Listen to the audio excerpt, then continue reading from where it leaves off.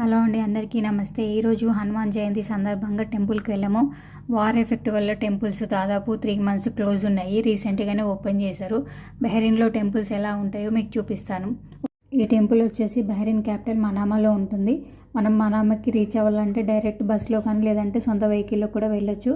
ఇది temple out side అండి. మనకి దేవుడికి కావాల్సిన వస్తువులన్నీ ఇక్కడే దొరుకుతాయి, లేదంటే మనం ఇండియా నుంచే తెచ్చుకోవాలి.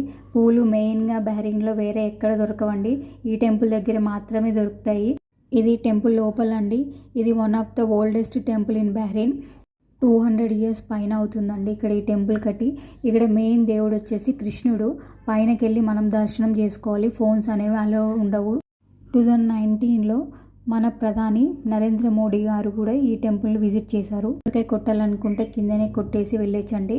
పైన దర్శనం చేసుకొని కిందికి వచ్చిన తర్వాత ఇక్కడ శివుడు ఉంటాడండి. శివరాత్రి రోజున ఇక్కడ శివలింగం పెట్టి బాగా చేస్తారు. కృష్ణాష్టమి చాలా అంటే చాలా బాగా చేస్తారు. ప్రతి ఒక్కరు వస్తారు ఆ రోజు.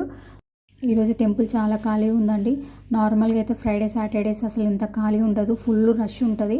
ఆ రోజు మన Indians maximum south Indians, north Indians ప్రతి ఒక్కరు వస్తారు.